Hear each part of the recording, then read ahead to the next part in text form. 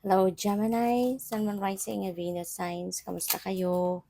Sana po'y nasa mabuti kayong kalagayan. Welcome back po sa Star Tarot. At kung bago kayo rito, welcome din po kayo. Please subscribe, like, share my videos, and leave me a comment po kung nakaresonate po kayo. Thank you. So, first message ni Gemini, we have friendship. A friend needs your help. Your kindness and excellent counseling skills will put them back on track. Gemini, meron kayong kaibigan dito na nangangailangan siguro ng advice, nangangailangan ng tulong mo. So, this person is going to reach out to you. Okay?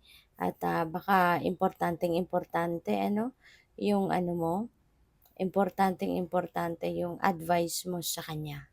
Okay? So, what else? We have commitment. A commitment is indicated around love or business. It will make you feel better. Alright? So, kung ano man ito, whether this is um, a relationship, no?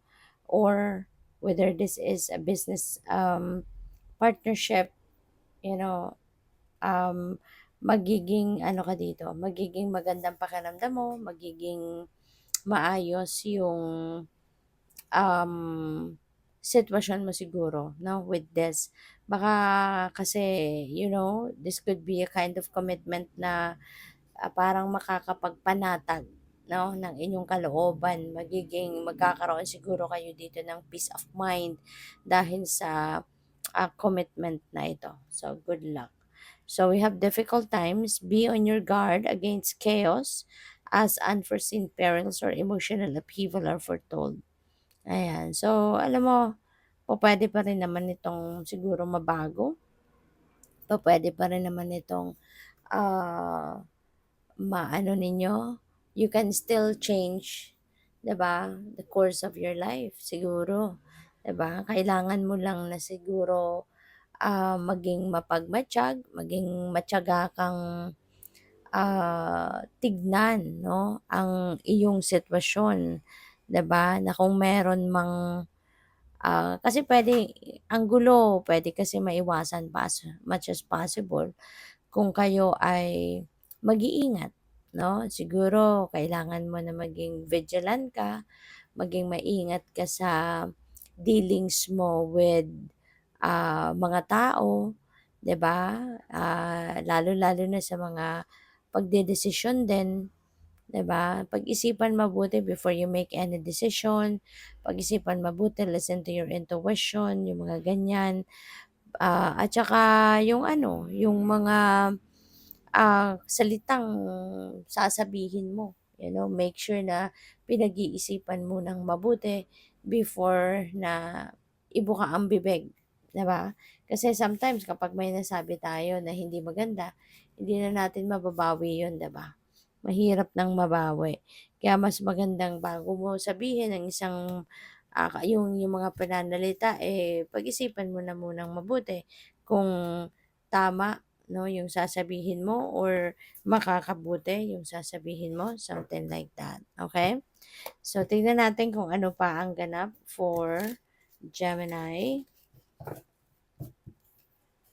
And by the way, maraming salamat, no, for subscribing. And if you haven't subscribed yet, subscribe na kayo. And also, maraming salamat din for not skipping the ads. Malaking bagay po yan sa akin. And also, please click the join button sa baba ng video kung gusto po ninyo na mag-join sa membership. Salamat. So, first card, we have the Six of Wands, we have the Ten of Wands, we have the Knight of Wands. Wala, puro wands energy. So, there's a lot of excitement, no, excitement, siguro determinado ang karamihan sa inyo sa ngayon sa kung ano man ang inyong gagawin. Pero alam mo talaga, with the Knight of Wands, nagpapakita to ng excitement. Yung parang naririnig ko yung salitang, Aja, let's do it, let's go. Parang ganun, no? So, this could be something na baka merong opportunity dito na dadating at talagang kayo ay magiging excited about this. So, possible na ang gagawin ng karamihan siguro sa inyo rito, talagang focus kayo doon sa kung ano yung gagawin ninyo, focus kayo sa kung ano man ang opportunity na to, and talagang kumbaga ayon na price kayo, 'no? Gagawin mo ang lahat dito para, um, makamit mo kung ano man ang goal na sinet mo para dito. So, and maybe this is going to ano din ha, this may also resonate with travel, si Knight of Wands. Pupuwedeng magta-travel kayo dito para mas maging mabilis siguro, 'no? Gusto mo na maging mabilis kung ano man yung mga gagawin mo or kung ano 'tong plano mo.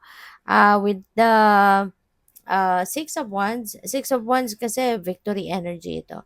So, maaari na kung ano man ang gagawin mo dito with the Knight of Wands, ano ang mission mo rito kay Knight of Wands, so anong gagawin mo? Maaari na mapagtatagumpayan mo 'yan, 'no? Maybe yung sipag at tiyaga mo rito talagang magbubunga ng maganda and you are going to succeed sa kung ano man ang goal mo rito, or for others of you, yung Six of Wands na 'to could be, success 'no, na makakamit niyo na agad-agad. Baka meron na talaga kayong bagay na pinagsikapan, pinagtrabahuan in the past. Maybe you work so hard for that 'no, para ma-achieve mo, yung goal mo diyan, and ngayon maaaring na-achieve mo na nga or maa-achieve mo na very soon, you know? This could be related to trabaho, to your career 'no, yung gano'n. At, maaari din ano na sa tulong din ito ng ibang tao.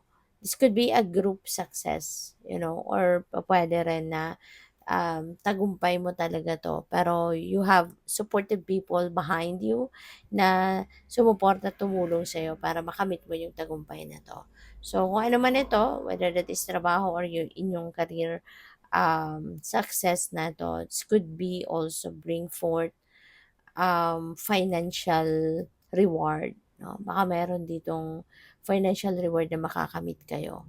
Kaya congrats. We have Ten of Wands. Kung nakikita ninyo si Panda, 'di ba? Bigat na 'yan sa dala niya.